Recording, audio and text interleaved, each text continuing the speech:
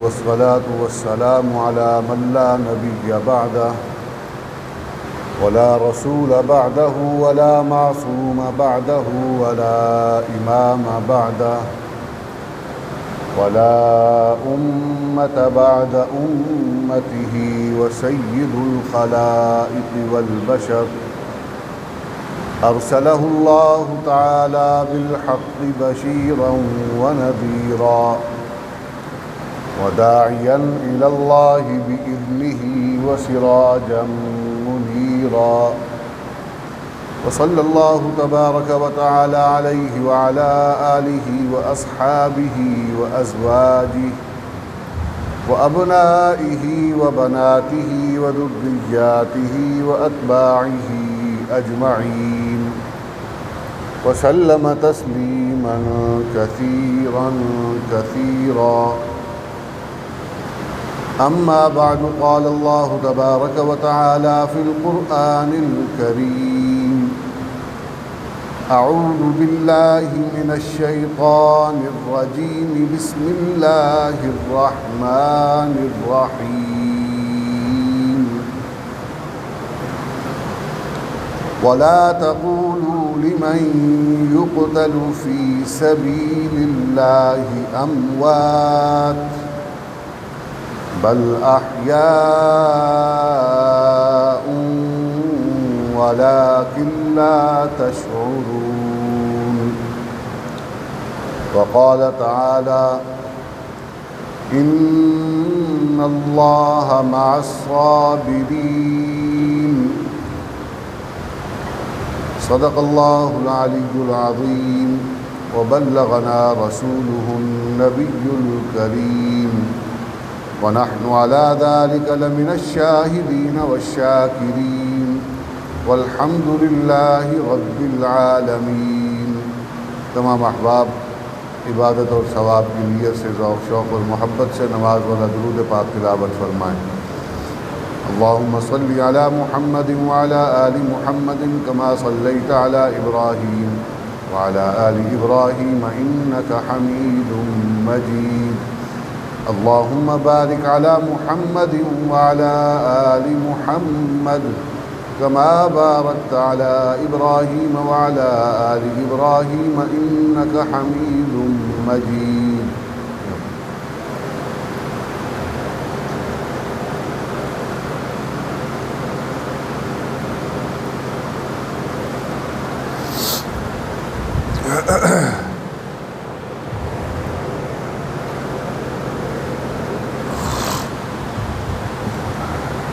واجب الاحترام سامعین ذی وقار، میرے عزیز و محترم جناب برادرم بزرگوارم عبدالرحیم صاحب، اللہ تعالی ہم سب کو مل بیٹھنے اور دین متین کی کچھ باتیں کرنے کا جو موقع عنایت فرما رہے ہیں، دعا ہے کہ باری تعالی ہمیں اس موقع کو بامقصد بنانے کی توفیق عطا فرمائے. مجھے احساس ہے کہ وقت خاصا ہو گیا، آپ حضرات بہت دیر سے انتظار میں ہیں، تو کوشش کرتے ہیں کہ مزید آپ کا زیادہ وقت نہ لیا جائے. پہلی بات، ماہ مبارک اسلامی ہجری سال کا پہلا مہینہ ہے اور اس کی برکات، اس کی حرمت اللہ رب العزت نے قرآن مجید فرقان حمید میں رقم کر دی.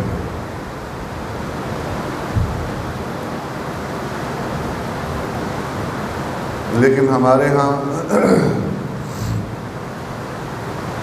اس ماہ کو صرف ایک واقعہ کے حوالے سے لیا جاتا ہے اور دیکھا جاتا ہے، اور یقیناً وہ واقعہ اپنے آپ میں تمام کے تمام مسلمانوں کے لیے غم و اندوہ اور رنج و الم کا باعث ہے۔ لیکن میرے عزیزو، اللہ تبارک و تعالیٰ نے دین جو ہمیں عطا فرمایا ہے، وہ دین ہماری ساری زندگی کی ضروریات کے لیے کافی ہے اور رہنمائی کرتا ہے۔ کسی کا کوئی قتل ہو یا نہ ہو، موت کا قانون سب پر پورا ہونا ہے۔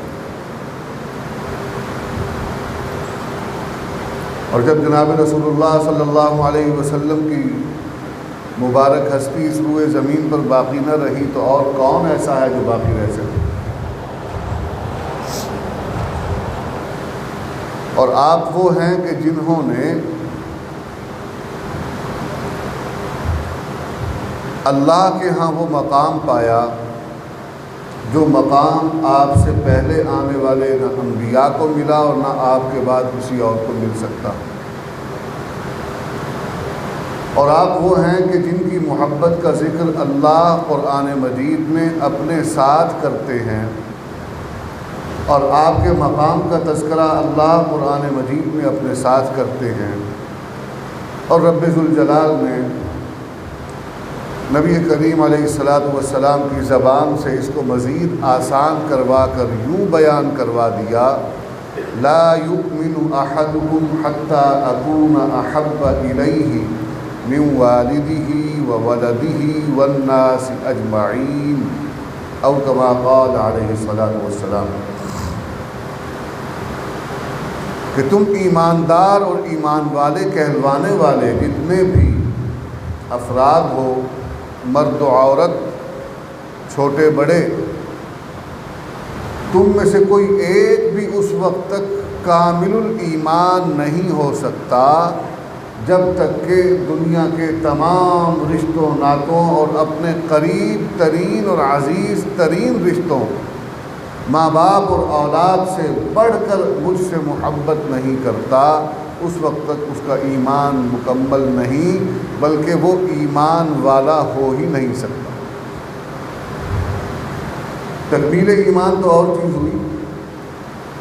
ایمان والا ہونے کے لیے ضروری ہے کہ رسول اللہ کی محبت میرے دل میں ایسی ہو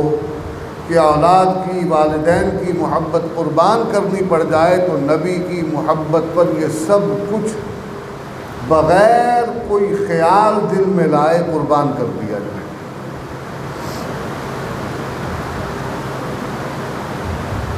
تو عزیزوں، یہ عرض کر رہا تھا کہ آپ کی ہستی اگر کہیں کوئی غم و اندوہ کی کیفیات اپنے عروج کو پہنچ جائیں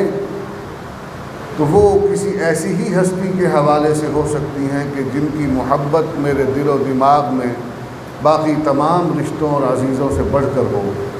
اور وہ ایک ہی ہستی ہے، محمد کریم علیہ السلام کی ہستی۔ ان کی نسبت سے باقی جو نفوس ہیں، انفاس ہیں، باقی جو افراد ہیں، وہ صحابہ کی جماعت ہو، اہل بیت کے افراد ہوں، ان سے جو محبت ہے وہ نبی کی وجہ سے ہے۔ نبی نے فرمایا: من احبہم فبحبی احبہم ومن ابغضہم فببغضی ابغضہم۔ ان سے محبت کرنے والا میری محبت کی وجہ سے ان سے محبت کرتا ہے، اس لیے کہ میں اس کا محبوب ہوں، اور جو مجھے محبوب ہیں وہ بھی اس کو محبوب ہیں۔ ان سے بغض رکھنے والا وہ دراصل میرے بغض کی وجہ سے ان سے بغض رکھتا ہے، کہ اس کے دل کے اندر میری نفرت اور میرا بغض ہے، جس کی وجہ سے میری محبوب اور ممدوح شخصیات سے وہ بغض رکھتا ہے۔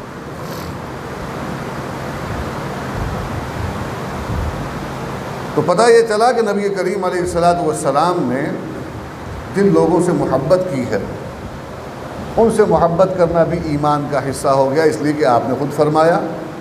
کہ ان سے محبت کی جائے گی، ان کا احترام کیا جائے گا۔ اور خیر القرون قرنی کی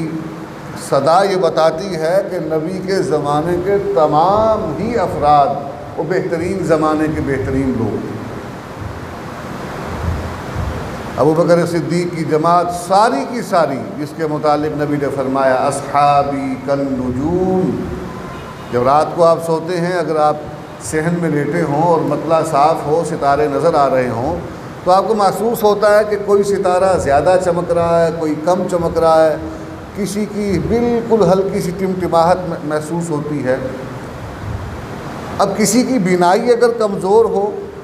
تو الگ معاملہ ہے کہ اس کو وہ باریک چمکدار ستارے نظر نہیں آئیں گے، لیکن ان کی چمک تو باقی ہے نا۔ تو جس طرح یہ ستاروں میں چھوٹے بڑے ہوتے ہیں، کسی کی چمک زیادہ ہے، کسی کی کم ہے، لیکن روشن سبھی ہیں۔ تو نبی نے فرمایا اصحابی کالنجوم، میری اس جماعت میں چھوٹے بڑے ہو سکتے ہیں، لیکن روشنی سبھی کے پاس ہے، اور اس روشنی سے ہدایت پاتے ہوئے بِأَيِّهِمُ اقْتَدَيْتُمْ اِهْتَدَيْتُمْ، کسی ایک کی روشنی سے ہدایت پاتے ہوئے سفر شروع کرو گے، اسی کی روشنی میں چلتے چلے آؤ گے تو رستہ بھی آسان ہو جائے گا اور منزل بھی واضح ہو جائے گی۔ اور منزل کیا ہے؟ جنت۔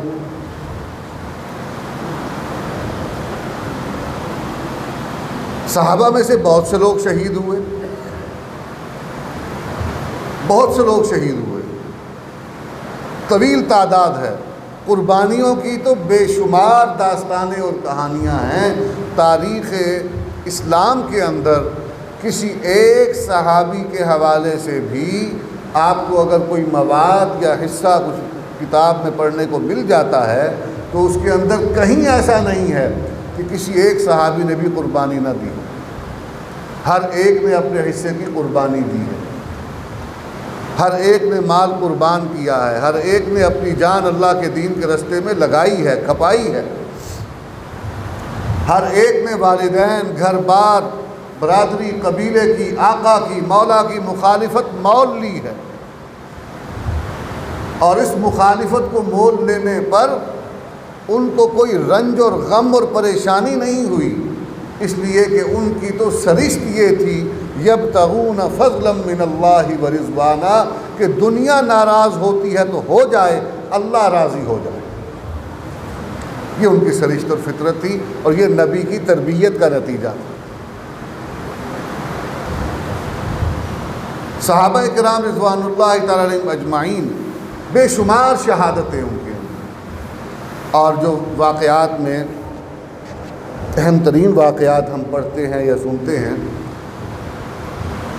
شہادت کے واقعات میں سیدنا حمزہ رضی اللہ تعالیٰ عنہ نبی کے قریبی ہیں، نبی کے چچا ہیں، نبی کے دودھ شریک بھائی ہیں، نبی کے دوست ہیں، نبی کو بہت قریب اور بہت عزیز ہیں، اور جن کی شہادت کے موقع پر نبی اتنے غمگین ہوئے کہ آپ نے غم کا اظہار اس انداز میں کیا کہ آج حمزہ کو رونے والا کوئی نہیں۔ لوگ یہ سمجھے کہ شاید نبی کریم ہمیں دعوت دے رہے ہیں، بات سمجھ آ رہی ہے؟ شاید نبی کریم ہمیں دعوت دے رہے ہیں کہ ہم آئیں اکٹھے ہو کر جاہلیت کے زمانے کے رسوم و رواج کو زندہ کرتے ہوئے، جس طرح ہم ماضی میں اپنے مرنے والوں پر واویلا اور شور و غوغا کرتے تھے، ماتم کرتے تھے، ہم ویسے ہی آ کر اس رونے پیٹنے کو زندہ کریں اور تازہ کریں اور حمزہ کا غم منائیں۔ جیسے ہی خواتین نے اور مردوں نے اکٹھے ہو کر یہ عمل کرنا شروع کیا، نبی کریم نے سختی سے منع فرما دی۔ تو گویا دین نے زندگی کے اس اہم ترین موقع کی بھی رہنمائی کر دی کہ کسی کا قتل ہو یا نہ ہو۔ نبی کے فوت نہیں ہوئے، نبی کی اہلیہ فوت ہوئی، سیدہ خدیجہ ام المؤمنین، امہات المؤمنین میں سے وہ پہلی خاتون جس کو ام المؤمنین کا لقب ملا۔ جب نبی کی بیویوں کا تذکرہ ہوگا، امہات المؤمنین کی بات ہوگی، تو پہلی زوجہ، پہلی ماں ہوں گی نا امت کی، اور وہاں سیدہ خدیجہ ہیں، اور سیدہ عائشہ رضی اللہ تعالی عنہا آپ فرماتی ہیں کہ نبی کریم علیہ الصلاۃ والسلام اتنا تذکرہ فرماتے تھے سیدہ خدیجہ کا کہ بعض اوقات تنگ آ کر میں پوچھتی تھی کہ یا رسول اللہ، آپ کو دنیا میں اور کوئی عورت نظر نہیں آتی؟ آپ ہمیشہ خدیجہ کے ہی تذکرے کرتے ہیں، ان کی تعریفیں کرتے ہیں۔ وہ کہتی ہیں کہ جب میں یہ بات کہتی تو نبی کریم آپ دیدہ ہو جاتے اور پھر سیدہ خدیجہ کا تذکرہ شروع کر دیتے کہ تمہیں کیا پتہ ہو خدیجہ ایسی تھی اور خدیجہ ایسی تھی۔ نبی کی وہ بیوی رخصت ہوئیں، نبی کے معصوم بچے دنیا میں آئے، کچھ وقت گزار کر رخصت ہو گئے، نبی آپ دیدہ ہوئے، نبی کو غم ہوا، نبی کو دکھ ہوا۔ نبی کی بڑی بیٹی سیدہ زینب رضی اللہ تعالی عنہا، فاطمہ کی سب سے بڑی بہن، جن کو قریش کے اوباشوں نے تنگ کیا اور زخمی کیا، وہ اسی زخم کی حالت میں مدینہ ہجرت کر کے آئیں اور رسول اللہ کے پاس کئی ماہ اسی حالت میں گزار کر اس زخم کی تکلیف میں ہی دنیا سے رخصت ہوئیں۔ نبی کو ان کا بھی بہت دکھ تھا، اور وہ جو محبت اپنی بیٹی سے کرتے تھے، اپنی اس مظلومہ بیٹی سے، وہ محبت پھر ان کی بیٹی میں منتقل ہوئی جو نبی کی نواسی ہیں۔ نواسوں کا تذکرہ ہوتا ہے، نواسیوں کا تذکرہ ہوتا ہے تو یہ ذکری گول کر دیا جاتا ہے۔ سیدہ زینب کی بیٹی سیدہ امامہ، جن کو نبی گود میں اٹھا کر نماز پڑھا کرتے تھے۔ نبی کریم علیہ السلام ایک مرتبہ گھر تشریف لائے، کہیں سے کوئی ہدیہ آیا تھا، خوبصورت بیش قیمت ہار تھا، جڑواں جڑاؤ ہار تھا، اس کے اندر ہیرے جواہرات جڑے ہوئے تھے۔ گھر تشریف لائے اور آ کر اپنی گھر کی خواتین، اپنی اہلیہ، جتنی بھی آپ کی ازواج تھیں، ان کے سامنے کہا کہ یہ میں آج اس کو دوں گا جس سے مجھے سب سے زیادہ محبت ہے۔ تو ازواج مطہرات کے مابین اشاروں کنایوں میں باتیں ہونے لگ گئیں کہ آج پتہ لگ جائے گا نبی کس سے زیادہ محبت کرتے ہیں۔ نبی کریم نے اپنی نواسی سیدہ امامہ کو بلایا اور وہ ہاتھ ان کو پہنا دیا۔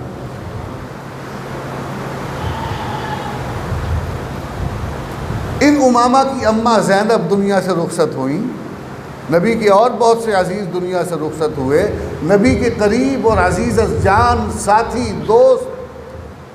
دنیا سے رخصت ہوئے۔ ان سب کی وفات پر نبی کو دکھ ہوا۔ نبی کا دل تمام انسانیت سے زیادہ حساس ہوتا ہے اور وہ جذبات بھی اس میں باقیوں سے بڑھ کر ہوتے ہیں۔ نبی معصوم بچوں کی دکھ کو نہیں برداشت کر سکتے۔ آپ نے واقعہ بچپن سے ہم نے سن رکھا ہے، کتابوں میں بھی پڑھا ہے کہ یتیم بچہ، نبی عید کے روز نکلتے ہیں، بچے کھیل رہے ہیں، وہ بچہ ایک طرف کھڑا ہوا یتیمی کی کیفیت میں، کپڑے پھٹے پرانے، نبی سے اس کی کیفیت برداشت نہیں ہوتی، نبی آپ دیدہ ہو جاتے ہیں۔ ایسا حساس دل اللہ نے عطا فرمایا۔ تو گویا پتہ یہ چلا کہ نبی کریم علیہ السلام بھی اپنے پیاروں کے رخصت ہونے پر دکھ محسوس کرتے تھے، اور اللہ تبارک و تعالیٰ نے زندگی گزارنے کے لیے کس کے طریقے کو پسند فرمایا؟ اللہ نے اعلان کیا ہے، لَقَدْ كَانَ لَكُمْ فِي رَسُولِ اللَّهِ أُسْوَةٌ حَسَنَةٌ، کہ تمہارے لیے تاکید کے ساتھ لَقَدْ كَانَ لَكُمْ فِي رَسُولِ اللَّهِ، اپنے پیغمبر کے طریقے کے اندر میں نے تمہارے لیے بہترین نمونہ رکھا ہے۔ خوشی مناؤ تو ایسے جیسے نبی نے منائی، غم ہو تو اس پر قابو ایسے پاؤ جیسے نبی نے پایا، اور غم کا اظہار جس جائز پیرائے میں کرنا اس کی اجازت ہے وہ بھی نبی نے طے فرما دیا۔ میری بات سمجھ آ رہی ہے؟ اور اللہ تبارک و تعالیٰ نے ساتھ ہی ساتھ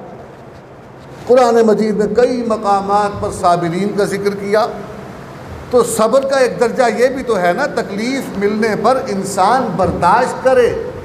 حوصلے سے کام لے۔ اور کیا الفاظ کہلوائے اس موقع پر، انا للہ و انا الیہ راجعون، یہ بتایا کہ جب کوئی تکلیف پہنچتی ہے، رنج پہنچتا ہے، تو یہ الفاظ کہو تاکہ تمہیں پتہ چلے کہ خوشی تھی یا وہ جس خوش بخت کے ساتھ میرے تعلقات تھے آج وہ دنیا سے رخصت ہوا ہے، وہ اللہ کی طرف سے تھا۔ انا للہ، سب کچھ اللہ کے لیے ہے، وَإِنَّا إِلَيْهِ رَاجِعُونَ، اور اسی کی طرف لوٹ کر جانا ہے۔ آج وہ چلا گیا، کل مجھے جانا ہے۔ یہ کہہ کر اللہ نے دل کو ڈھارس بندھائی ہے، صبر دلوایا ہے، تاکہ تمہارے اندر وہ رد عمل پیدا نہ ہو جو کسی پیارے کے روٹھ جانے پر، رخصت ہو جانے پر، دنیا سے چلے جانے پر کافروں کا شیوا ہے نالا کرنا، واویلا کرنا، اس کا اسلام سے کوئی تعلق نہیں۔ یاد رکھو، دین جس معاملے میں رہنمائی کر دے اور دین کا طریقہ وہ ہے جو نبی کریم نے اختیار فرمایا اور اس کے بعد صحابہ نے اس کو اپنایا۔ کیا کبھی کسی صحابی کو بھی دیکھا کہ اس نے اپنے کسی پیارے کے رخصت ہونے پر اس انداز میں واویلا کیا ہو؟ اللہ اکبر، اللہ اکبر۔ بلکہ وہ غزوہ احد کے موقع پر شہداء کی والدہ کا تذکرہ آتا ہے کہ نبی کریم کے بارے میں پوچھتی آ رہی ہیں، رستے میں خبر ملتی ہے بیٹا شہید ہو گیا، بھائی شہید ہو گیا، خاوند شہید ہو گیا۔ اس نے کہا سب کو چھوڑو، یہ بتاؤ رسول اللہ کیسے؟ یہ ہے مسلمان کی نشانی۔ یہ تو مسلمان عورتیں تھیں اس دور کی جن کو اللہ نے نبی کی صحابیہ بنایا اور جنہوں نے رسول کریم سے اور ازواج مطہرات سے بلا واسطہ دین کی تربیت حاصل کی۔ وہ صبر کے اس انتہا پر ہیں، ضبط کی اس انتہا پر ہیں، تو کیسے ممکن ہے؟ میری بات سمجھ آ رہی ہے؟ کیسے ممکن ہے جس نبی نے اپنے تربیت یافتگان کی ایسی تربیت کی ہو کہ عورت جو فطری طور پر کمزور ہے اور اپنے قریبی رشتوں کے رخصت ہونے پر اس کے اندر رنج اور غم کو ضبط کرنے کا مادہ مرد کی نسبت کم ہے، وہ اپنے پیاروں کے قربان ہو جانے پر بھی نبی کے لیے متفکر ہے، ان کے لیے پریشان نہیں؟ تو کیسے مان لیا جائے اس دور میں نبی سے تربیت حاصل کرنے والے، جن کی رگوں میں نبی کا خون دوڑ رہا ہو، نبی کے قبیلے والے، نبی کی تربیت اور نبی کی گود میں پلنے والے، وہ جب میدان میں اور مارکے میں جائیں اور وہاں پر ان کے ساتھ ظلم و زیادتی ہو اور ان کو شہید کر دیا جائے تو ان کے پسماندگان واویلا کرنا شروع کرتے ہیں۔ وہ شام کی گلیوں کے اندر سروں میں خاک ڈالتے ہوئے عراق کے بازاروں سے گزریں، اس بات کو مان لیا جائے؟ یہ کسی لکھنے والے نے جھوٹ ان کے سر لگایا ہے، نبی کی تعلیمات کا یہ اثر نہیں ہے۔ اور نبی کے تربیت یافتگان، نبی کے خاندان والے ہرگز ایسا نہیں کر سکتے۔ اور لکھنے والے تو کیسے بدبخت و بد نصیب ہیں، اور پڑھنے والوں اور بیان کرنے والوں کو بھی شرم نہیں آتی۔ وہ کہتے ہیں حسین کربلا میں جس وقت وہ اپنے ظالموں کے سامنے مغلوب ہوئے اور آپ کے جسموں کو زخم لگے تو آپ اس بے بسی کے عالم میں بجائے اللہ کو پکارنے کے پکارتے کس کو ہیں؟ حل من ناصر ینصرنا، کہ تم لوگوں میں سے کوئی ہے جو میری مدد کرے؟ یہ مان لیا جائے،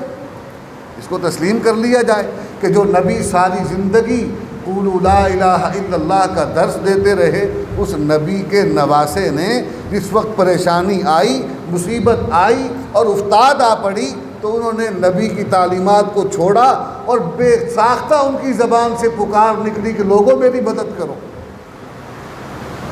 سوائے جھوٹ کے اس کو اور کچھ نہیں کہا جا سکتا۔ جس نے بھی لکھا ہے جملہ جھوٹ لکھا ہے، تہمت لگائی ہے حسین پر، اور بروز حشر اس تہمت کا اسے جواب دینا پڑے گا۔ سیدنا حسین خود صابر تھے،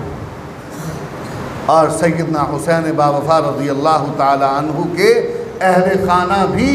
آپ کی بہن بھی، آپ کی بنات بھی، آپ کی اہلیہ بھی، آپ کے خاندان کے باقی لوگ بھی صابر تھے، صبر کرنے والے تھے، اس لیے کہ وہ نبی کے تربیت یافتہ تھے، وہ نبی کے اہل خانہ میں سے تھے، نبی کے خاندان اور قبیلے میں سے تھے۔ اور یہ تو وہ لوگ ہیں جنہوں نے کبھی زمانہ جاہلیت کے اندر دشمن کے سامنے کمزوری کا اظہار نہیں کیا، واویلا نہیں کیا۔ تو یہ کیسے ممکن ہے کہ دین آ جانے کے بعد اور نبی کے دین مکمل کر دینے کے بعد اس کے بعد بھی یہ ایسی کوئی بات کر سکے؟ تو پتہ یہ چلا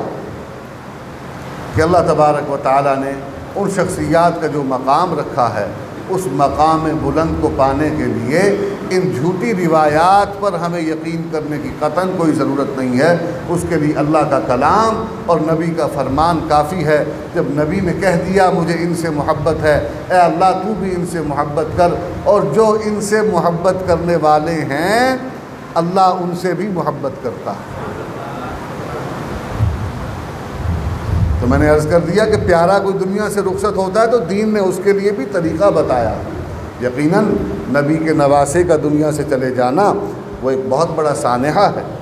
وقت نہیں کہ میں تفصیل میں جاؤں اور وہ سارا ماضی آپ کے سامنے بیان کروں کہ جس کے اندر یہ سارا منظرنامہ ہمیں دیکھنے کو ملتا ہے کہ کس طرح حالات بدلے، کس طرح خلفائے راشدین کا دور گزرا، حضرت عثمان کے دور سے کس طرح اس ظلم کی چکی نے چلنا شروع کیا، اور یہ سیدنا حسین پر بس نہیں ہوئی، آج تک چلتی چلی آ رہی۔ اور کیسے بدبخت و بد نصیب لوگ ہیں جی، کیسے بدبخت و بد نصیب لوگ ہیں۔ بھئی اگر تمہیں سیدنا حسین سے محبت ہے، اگر تم واقعی میں خانوادہ اہل بیت سے محبت کرنے والے ہو، تو تمہیں تو ان کے مخالفین پر جن کو تم نے تاریخ کے اندر نامزد کیا ہے اور واقعہ کربلا کا ذکر کرتے ہوئے سیدنا حسین کے قاتلوں پر محرم کے دن، عاشورہ کے دن تم باہر نکلتے ہو، گلیوں میں آتے ہو، اور قاتلین حسین کے علاوہ تم تمام اصحاب پر، نبی کے تربیت یافتگان پر اور نبی کی نگاہ انتخاب پر اور نبی کی مراد پر بکواس کرتے۔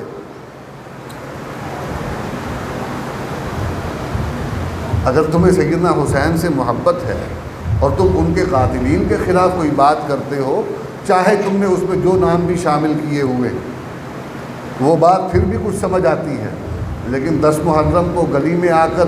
حضرت عمر کے خلاف بکواس کرنا اور وال چاکنگ کرنا، یہ بات پتہ دیتی ہے کہ دراصل ان کے دل کے اندر ان کا بغض ہے، اور نبی نے بتا دیا کہ ان کے دلوں میں اگر عمر کا بغض ہے، ابو بکر کا بغض ہے، عثمان کا بغض ہے، معاویہ کا بغض ہے، تو یہ بغض انہی کا نہیں، اصل میں نبی کا بغض ہے۔ ان کو تکلیف دین سے ہے، ان کو تکلیف دین کی تقویت سے ہے۔ جہاں کہیں دین طاقتور ہو رہا ہوگا ان کو تکلیف ہونا شروع ہو جائے گی۔ تاریخ اٹھا کر دیکھ لیں، جنہوں نے یہ جھوٹے مذہب کی، مذہب تو نہیں ہے بلکہ مذہب اسلام اور دین اسلام کے خلاف سازش ہے، کہ جنہوں نے اسلام کے بنیادی اصولوں اور نص قطعی وَاعْتَصِمُوا بِحَبْلِ اللَّهِ جَمِيعًا وَلَا تَفَرَّقُوا، اس نص قطعی اور حکم صریح پر امت مسلمہ کو عمل کرنے سے روکنے کے لیے فتنہ اور فساد کی آگ کو بھڑکایا، اور مسلمانوں کے درمیان اختلافات پیدا کیے کہ جب کہ آپس میں دست و گریبان ہوں گے تو پھر اسلام کی سربلندی کا سفر کمزور ہو جائے گا، اس کے رستے میں رکاوٹیں پیدا ہونا شروع ہو جائیں گی اور دشمن طاقتور ہو جائے گا۔ تو عزیزان گرامی، اللہ تبارک و تعالیٰ نے ہمیں سیدنا حسین رضی اللہ تعالیٰ عنہ کی محبت عطا فرمائی ہے، ہمیں نواسہ رسول سے محبت ہے، اور اس کی ہمیں کسی کو صفائی دینے کی اور گواہی دلوانے کی ضرورت نہیں ہے۔ ہم نبی کے طریقے پر چلتے ہوئے صبر اور ضبط کے ان کے لیے دعا کرتے ہیں، اور ان کی بارگاہ میں ہدیہ ایصال ثواب پیش کرتے ہیں، اور اللہ تبارک و تعالیٰ سے دعا کرتے ہیں کہ باری تعالیٰ ہمارا یہ حقیر نذرانہ بارگاہ حسینی میں پیش فرما دیں۔ ہمیں یقین ہے کہ جب ہم یہ ہدیہ سیدنا حسین کو پیش کرتے ہیں تو حسین کے نانا بھی خوش ہوتے ہیں، ہمیں یقین ہے، اور جب حسین کے نانا خوش ہوں گے تو پھر بروز حشر ہمارے لیے کچھ آسانی ہو جائے گی، ہاں آسانی ہو جائے گی۔ تو وقت آئے گا کہ سارے معاملات یہ اللہ کی بارگاہ میں پیش ہوں گے، اور وہ وقت زیادہ دور نہیں ہے۔ ہاں دنیا اب اپنی عمر پوری کرتی جا رہی ہے، اور کافی کچھ پورا عمر کا اس کا حصہ گزر چکا ہے۔ دنیا، ابا جی رحمۃ اللہ علیہ کی بات یاد آ گئی، ان کے پاس ایک روز ایک صاحب آئے اور آ کر انہوں نے دنیا کے حالات کا رونا شروع کیا کہ شاہ صاحب دنیا میں یہ ہو رہا ہے، برائی بڑھ گئی، ظلم ہے، زیادتی ہے، مسلمانوں پر ظلم ہو رہا ہے۔ تو وہ ساری باتیں کرتے رہے، ابا جی بیمار تھے، علیل تھے، بستر پر لیٹے ہوئے تھے، وہ باتیں کرتے رہے، کرتے جب انہوں نے اپنی باتیں مکمل کی، دکھڑے سنا لیے اپنے، تو ابا جی نے ایک بات فرمائی، کہا بھائی دنیا اب بوڑھی ہو گئی۔ کیا پتہ چلا کہ دنیا اب قیامت کے قریب ہے، وہ وقت آنے والا ہے جس کا اللہ تعالیٰ نے وعدہ کیا ہوا ہے، وہ وقت آئے گا، اللہ کا وعدہ پورا ہوگا، اس دنیا کی وہ جو بساط ہے وہ لپیٹی جائے گی، میدان لگایا جائے گا، حشر بپا ہوگا، اور وہاں پر پھر سب کے اعمال کا فیصلہ ہوگا۔ ہمارا تو یقین ہے نا آخرت پر، یعنی ہمارا عقیدہ ہے آخرت کا، اور ایک روز وہ وقت آنا ہے، جب وہ وقت آئے گا تو پھر ان چیزوں کا بھی فیصلہ ہوگا، پتہ چل جائے گا کون قاتل ہے اور کون نہیں ہے، کس نے منصوبہ بنایا، کس نے منصوبے کی تکمیل میں تعاون کیا، اور کس نے منصوبے کو سر انجام دیا، اور کون اس منصوبے کے سر انجام دیے جانے پر خوش ہوا۔ اللہ کی ان سب پر لعنت ہوگی، اور پڑھ رہی ہے اور قیامت تک پڑھتی رہے گی، لیکن یہ ابھی نامزد معاملہ نہیں ہے، معاملہ یہ گول ہے۔ اس طرح وہ پرچہ کروایا جاتا ہے نا، تو پرچے میں جب پتہ نہ ہو کہ بھئی جرم کرنے والا کون ہے، تو کہتے ہیں جی پرچہ گول ہے، تلاش کرنا پڑے گا کہ کس آدمی میں یہ جرم سرزد ہوا، جس سے قاتل کون ہے، ڈاکو کون ہے، زیادتی کرنے والا کون ہے، نام معلوم نہ ہو تو پرچہ گول ہوتا ہے۔ ہم اسی لیے اس گول پرچے میں خود سے کوئی نام شامل نہیں کرتے، جو نام تاریخ کے اندر لکھے ہوئے ہیں وہ بہت سے لوگ بیان کرتے ہیں، بہت سے لوگ بیان کرتے ہیں، تو بیان ہوتے رہتے ہیں، اس کو دہرانے کی ضرورت نہیں ہے اور نہ وقت ہے، تو بس اسی بات پر اکتفا کرتے ہوئے کہ اللہ تبارک و تعالیٰ نے فرمایا کہ ایمان والا اس کی تو کامیابی اسی میں ہے کہ نبی کے طریقے پر چلے، دین پر چلے، دین پر عمل کرنے میں اس کے لیے کامیابی ہے۔ اللہ نے فرمایا لقد من اللہ علی المؤمنین اذ بعث فیہم رسولا من انفسہم یتلو علیہم آیاتہ ویزکیہم ویعلمہم الکتاب والحکمہ وان کانوا من قبل لفی ضلال مبین، کہ اگر میں محمد کو نہ بھیجتا، وہ ان کو دین کی تعلیم نہ دیتے، قرآن پڑھنا، قرآن سیکھنا، قرآن پر عمل کرنا نہ سکھاتے، تو یہ لوگ کھلی گمراہی میں تھے، یہ لوگ ناکام تھے۔ میں نے محمد کو بھیجا، دین عطا فرمایا، دین پر عمل کر کے یہ لوگ کامیاب ہو گئے۔ تو دین پر عمل کرنے میں کامیابی ہے، نبی کے طریقے پر چلنے میں کامیابی ہے، اور دین یہ بیان کرتا ہے وَلَا تَقُولُوا لِمَنْ يُقْتَلُ فِي سَبِيلِ اللَّهِ أَمْوَاتٌ بل احیاء ولکن لا تشعرون، جسم کے چیتھڑے اڑ جائیں۔ آج کل تو جدید زمانہ ہے، ٹیکنالوجی کا دور ہے، بم لگا، بم پھٹا، جسم کا وجود کا کوئی حصہ ثابت نہیں رہا، اللہ کہتا ہے ظاہری طور پر تم کہتے ہو یہ مر گیا، میں کہتا ہوں یہ زندہ۔ اس سے بڑا اعزاز اور کیا ہے؟ ولکن لا تشعرون، یہ ہے زندہ، لیکن تمہیں اس کا شعور نہیں ہے کہ اس کی زندگی کیسی ہے۔ یہ حیات جاویدانی کو پا گیا ہے، یہ اللہ کے نزدیک حقیقی کامیابی کو پا گیا ہے۔ لوگوں کے نزدیک شاید یہ ناکامی ہوگی، شہادت تو مطلوب و مقصود مومن ہے۔ ہاں،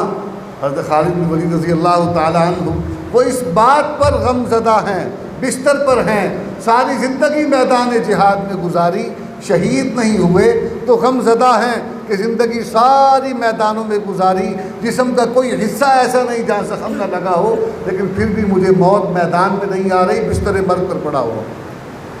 وہ اس بات پر غم زدہ ہے، اس لیے کہ انہیں معلوم ہے کہ شہادت کی طلب تو نبی نے بھی کی ہے، اور بعض سیرت نگاروں نے لکھا ہے کہ رسول کریم صلی اللہ علیہ وسلم کو جو زہر دیا گیا، جس وقت آپ کا وقت وصال قریب آیا، اللہ تعالیٰ نے اس زہر کی وجہ سے جو جسم میں تبدیلیاں ہونی تھیں، جو تکلیف دہ کیفیات تھیں، ان کو تازہ کر دیا، اور آپ کو مقام شہادت بھی عطا فرمایا۔ نبی کی وہ دعا بھی پوری ہوئی۔ تو نبی کے نواسے بھی شہید ہوئے ہیں، جان گئی ہے، تو اس جان کے جانے پر وہ تو کامیاب ہو گئے، حیات جاویدانی پا گئے۔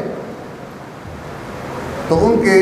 اس دنیا سے رخصت ہو جانے پر وہ لوگ جو پیچھے رہ گئے، انہوں نے صبر کیا ہے۔ یہی دین کا طریقہ اور وتیرہ ہے۔ نہ سیدہ زینب سے جو کچھ منسوب کیا جاتا ہے وہ ثابت ہے، کون بدبخت و نامراد وہ بیان کرتا ہے اور سنتا ہے کہ خانوادہ اہل بیت کی بیویاں وہ گلیوں کے اندر سر بے آبرو ہو کر سر پر سے کپڑے ہٹا کر خاک ڈالتی ہوئی باہر نکلیں. سب بکواس، جھوٹ اور حزبیات ہے. اس کو پڑھنے والا، بیان کرنے والا اور یقین کرنے والا، اس کا ایمان سے کوئی تعلق نہیں. بات سمجھ آ رہی ہے کہ نہیں آ رہی؟ وقت مختصر ہے، اسی پر اکتفا کرتے ہوئے کہ اللہ تبارک و تعالی ہمیں بھی صابرین میں شمار ہونے اور انہی کے طریقے پر چلنے کی توفیق عطا فرمائے، اور یہ ظاہری محبان اور فی الحقیقت فی الباطن دشمنان دین و خدا و اہل بیت کے طریقے سے اجتناب کرنے کی توفیق عطا فرمائے. وآخر دعوانا الحمد